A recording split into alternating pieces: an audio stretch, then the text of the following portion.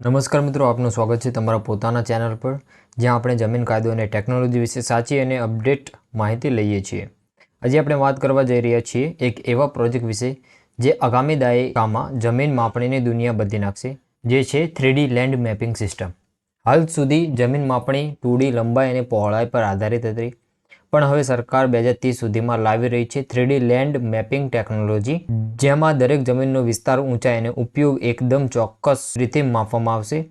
આ વિડીયોમાં આપણે સમજીશું 3D મેપિંગ શું છે, કેવી રીતે કામ કરે છે, ભારતમાં ક્યાંથી શરૂઆત થઈ છે અને ખેડૂત તથા જમીનધારકોને કેવી રીતે ફાયદો થશે. ચાલો શરૂ કરીએ જમીન માપણીના ભવિષ્યમાં યાત્રા. હાલની માપણી સિસ્ટમ શું છે એના વિશે વાત કરીએ તો આજની જમીન માપણી 2D મેપિંગ સિસ્ટમ પર આધારિત છે. એમાં ફક્ત લંબાઈ અને પહોળાઈ માપવામાં આવે છે. મર્યાદાઓની વાત કરીએ તો એની મર્યાદાઓ શું છે? જમીનના ઊંચ નીચ વિસ્તાર માપી શકાતો નથી. જમીન ઉપરના બાંધકામો, ઝાડો કે સ્ટ્રક્ચર દર્શાવતા નથી. માપણી પછી બાઉન્ડ્રી ડિસ્પ્યુટ રહે છે. મ્યુટેશન સર્વે પર હ્યુમન એરર રહે છે. એટલે હવે સરકાર લઈ આવી રહી છે એક નવી પદ્ધતિ, જેનું નામ છે આપણે 3D લેન્ડ મેપિંગ સિસ્ટમ, જે જમીનની વાસ્તવિક ડિજિટલ નકલ તૈયાર કરશે.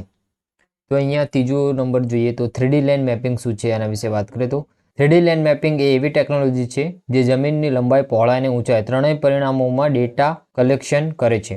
સરળ ભાષામાં કહીએ તો 2D મેપિંગ એટલે નકશો અને 3D મેપિંગ એટલે જીવંત મોડલ. આ ટેકનોલોજીથી જમીનની સીમા, ઊંચાઈ, નીચાઈ, બિલ્ડિંગ્સ, નાળા, રસ્તા, પાણીની લાઇન બધું એક જ ડિજિટલ નકશામાં દેખાશે.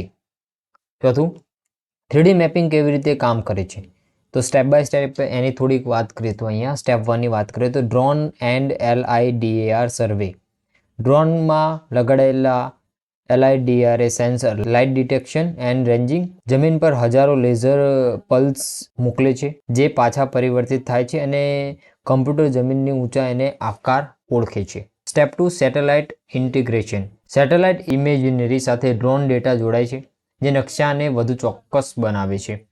ત્રીજું, ડેટા પ્રોસેસિંગ ઇન GIS. સર્વેનો તમામ ડેટા GIS સોફ્ટવેરમાં અપલોડ થાય છે અને ત્યાંથી જમીનની 3D ડિજિટલ મોડેલ બને છે. ચોથું, ઓનરશિપ ઓવરલે. ધારા એની રોડના રેકોર્ડ સાથે જોડીને દરેક સર્વે નંબરને 3D નકશા પર ચિહ્નિત કરવામાં આવે છે. પાંચમું છે બ્લોકચેન એન્ટ્રી અપડેટ. અને દરેક સર્વેની એન્ટ્રી પછી બ્લોકચેનમાં સેવ થાય છે, એટલે એન્ટ્રી કદી બદલી શકતી નથી. તો આ રીતે 3D મેપિંગમાં દરેક જમીન ડિજિટલ પુરાવા સ્વરૂપે ઉપલબ્ધ થાય છે. તો પાંચમું, આપણે 3D મેપિંગ માટે વપરાતી ટેકનોલોજીની વાત કરીએ તો અહીંયા તો LIDAR સેન્સર લેઝરના માધ્યમથી 1 સેન્ટીમીટર સુધી ચોક્કસ માપ આપે છે. ડ્રોન RTK GPSની અહીંયા વાત કરીએ તો રિયલ ટાઈમ લોકેશન કરેક્શન વડે 100% સચોટ લોકેશન આપે છે. ફોટોગ્રામેટ્રી. ડ્રોન દ્વારા લીધેલા હજારો ફોટોથી જમીનની 3D નકશા બનાવે છે. AI એન્ડ મશીન લર્નિંગની વાત કરીએ તો ઓટોમેટિક બાઉન્ડ્રી ડિટેક્શન અને સ્ટ્રક્ચર આઈડેન્ટિફિકેશન કરે છે. પાંચમું, બ્લોકચેન સિસ્ટમની અહીંયા વાત કરીએ તો ઓનરશિપ એન્ટ્રી હંમેશા સુરક્ષિત રાખે છે. તો આ ટેકનોલોજી મળીને જમીન માપણીને સંપૂર્ણ ડિજિટલ બનાવી દેશે. છઠ્ઠું, ભારતમાં ક્યાંથી શરૂઆત થઈ છે એના વિશે વાત કરીએ તો સ્વામિત્વ યોજના સર્વે ઓફ ઇન્ડિયા દ્વારા ભારત સરકારે 2020માં ડ્રોન સર્વે શરૂ કર્યો હતો. હવે 2026 સુધીમાં દરેક રાજ્યમાં drone plus 3D mapping integration શરૂ થવાનું લક્ષ્ય છે. ગુજરાત, મહારાષ્ટ્ર, કર્ણાટક, UP અને MPમાં પાયલોટ પ્રોજેક્ટ ચાલુ છે. 2028 સુધીમાં આ સિસ્ટમ આખા દેશમાં અમલમાં આવશે અને 2030 સુધી દરેક જમીનનો 3D મેપ તૈયાર થશે. આ પ્રોજેક્ટ હેઠળ દરેક ગામ, શહેર અને ઉદ્યોગ વિસ્તારનું 3D લેન્ડ રેકોર્ડ બનાવાશે. સાતમું છે ખેડૂત અને નાગરિકોને ફાયદાની વાત કરીએ તો અહીંયા સીમા વિવાદનો અંત આવી જશે. મતલબ 3D થી દરેક સર્વે નંબર સ્પષ્ટ થઈ જશે. બીજું, ઓનરશિપ પ્રૂફ ડિજિટલ થઈ જશે. મતલબ બ્લોકચેન બેઝડ રેકોર્ડ કોર્ટમાં માન્ય રહેશે. પ્રોપર્ટી વેલ્યુ એસેસમેન્ટની વાત કરીએ તો અહીંયા 3D રેકોર્ડથી જમીનનું બજાર મૂલ્ય ચોક્કસ ગણાશે. લોન અને રજિસ્ટ્રી પ્રોસેસ સહેલું. બેંક સીધા પોર્ટલ પરથી જમીન વેરિફિકેશન કરશે.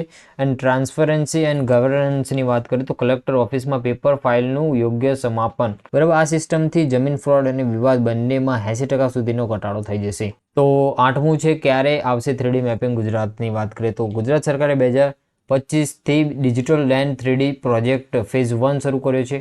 2026 સુધી ડ્રોન સર્વેથી ડેટા કલેક્શન થશે અને 2028માં પાયલોટ ડિસ્ટ્રિક્ટ્સ અમદાવાદ, રાજકોટ, સુરત, વડોદરામાં અમલ થશે. 2030 સુધી ગુજરાતની દરેક સર્વે એન્ટ્રી 3D ફોર્મેટમાં અપલોડ થશે, જે ઈ ધારા અને એની રોડ પોર્ટલ સાથે જોડાશે. આ સાથે GIS portal plus blockchain security પણ લાવવામાં આવશે. તો મિત્રો, આ હતી જમીન માપણીના ભવિષ્યની કહાની. 3D લેન્ડ મેપિંગ સિસ્ટમ 2026 પછીની જમીન વિવાદો, ખોટી એન્ટ્રીઓ અને ઓનરશિપ ફ્રોડનો અંત આવશે. 2030 સુધી આપણે જોઈશું એવું ભારત જ્યાં દરેક સર્વે નંબરનો ડિજિટલ ટ્વિન હાજર હશે. વિડીયો ઉપયોગી લાગ્યો હોય તો લાઇક કરો, કોમેન્ટ કરો. હું 3D મેપિંગ માટે તૈયાર છું. સબસ્ક્રાઇબ કરો જમીન અને ટેકનોલોજી સંબંધિત નવા અપડેટ માટે. Thank you for watching the video. મળીએ એક નવા વિડીયો સાથે.